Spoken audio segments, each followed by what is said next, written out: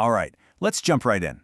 We're going to talk about something that might sound a little technical, but trust me, it's really more like cracking a secret code, or maybe reading a treasure map. We're talking about claim mapping and how it can unlock just a crazy amount of value that's hidden deep inside a patent. I mean, think about it for a second. How is it even possible?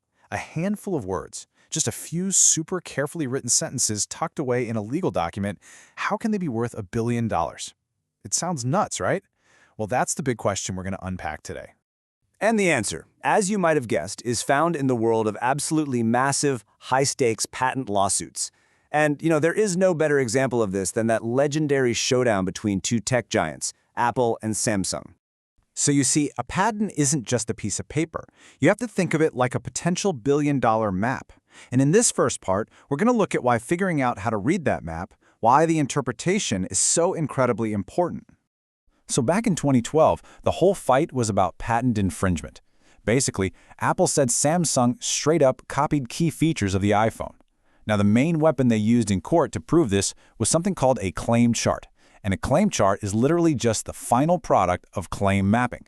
The whole case, everything, it all came down to how those patent claims were interpreted. And the result, over $1 billion in damages. $1 billion! And that entire mind-boggling number was decided purely by how well one-size lawyers could connect the legal words in their patent to the actual physical features on their competitor's phone. That, right there, is the power of knowing how to read the map. Okay, so how do you actually read one of these billion-dollar maps? Well, to figure that out, first we have to understand a patent's anatomy. And the easiest way to do that is to think of it as having two main parts, a heart and a body. This whole idea is captured perfectly in this quote. A patent is really just a piece of paper. It's just a bunch of words until you map it. That mapping process is what breathes life into it. And, more importantly, it's what gives it its legal power. So what is claim mapping, really? Well, it's this super careful process of taking apart the legally binding bits of the patent, those are the claims, and then going on a hunt to find direct, solid proof for every single piece within the much bigger, detailed description, which has a fancy name, the specification. To make this totally clear, let's stick with our anatomy metaphor. I want you to think of the patent's claims as its heart. It's the living, beating core of the whole document. So the claims are the heart. That's the legally enforceable part that defines the exact boundaries of what your invention is. The specification, then, is the body. That's all the detailed descriptions, the drawings, the background story. And here is the absolute key. The body must support the heart. Every single part of every claim has to be backed up right there in that description to prove the inventor really had the full invention figured out when they filed, not just some fuzzy idea. All right, now that we get the anatomy, how do we actually do this? How do we read the map? Well, that brings us to the how-to. And it's kind of like learning to read a secret code. The very first thing you have to do, the first step on this whole journey, is a skill called element extraction. It makes sense, right? You have to break the code down into its individual letters before you can even try to figure out what it says.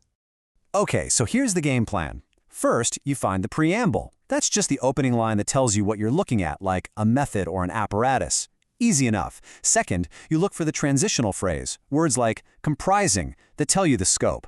But then, the most important part, you break down the main body of the claim, and you separate every single unique feature into its own item on a list. Let's make this super real with a simple example.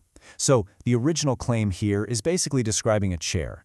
It says a seating apparatus comprising and then lists the parts. When we do our element extraction, we get this nice, clean list. A seating apparatus is item A. A base structure is B. A seat portion is C, and at least one leg is D. See? Now we have a simple checklist. So once you have that checklist of all the elements, the next phase begins. And I absolutely love this term from the source material. You go on a specification safari. You're literally hunting through the rest of the patent, the body, to find clear, explicit support for every single item on your checklist. Okay, so why in the world would you go through all this trouble? The extraction, the safari? Well, it's all about one thing: gaining a massive strategic advantage. This is the real payoff. This is why you want a well-read map. Let me just start with a number that is kind of staggering. 73% of all patent disputes come down to a fight over claim interpretation. That means almost 3 out of every 4 legal battles are just about what the claims actually mean and what they cover. That's why this mapping thing isn't just a good idea, it's everything. In this visual, wow, it just shows you everything. They call it the Great Divide. On the one side, you've got an unmapped patent. See all that red? That's bad. That's vulnerable. And on the other side, you've got a mapped one. It's a mix of colors that shows you its strengths and weaknesses. This is what we call a heat map. So what's with all the colors? It's actually pretty simple.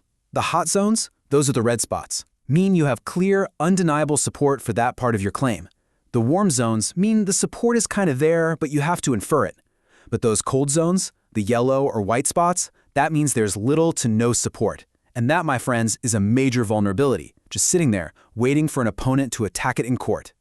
And the return on investment for actually doing this work is just undeniable. This chart shows it all. When you systematically map your patents, your success rate, both in court and just in getting the patent approved in the first place, it goes way, way up. Want to put a hard number on that advantage?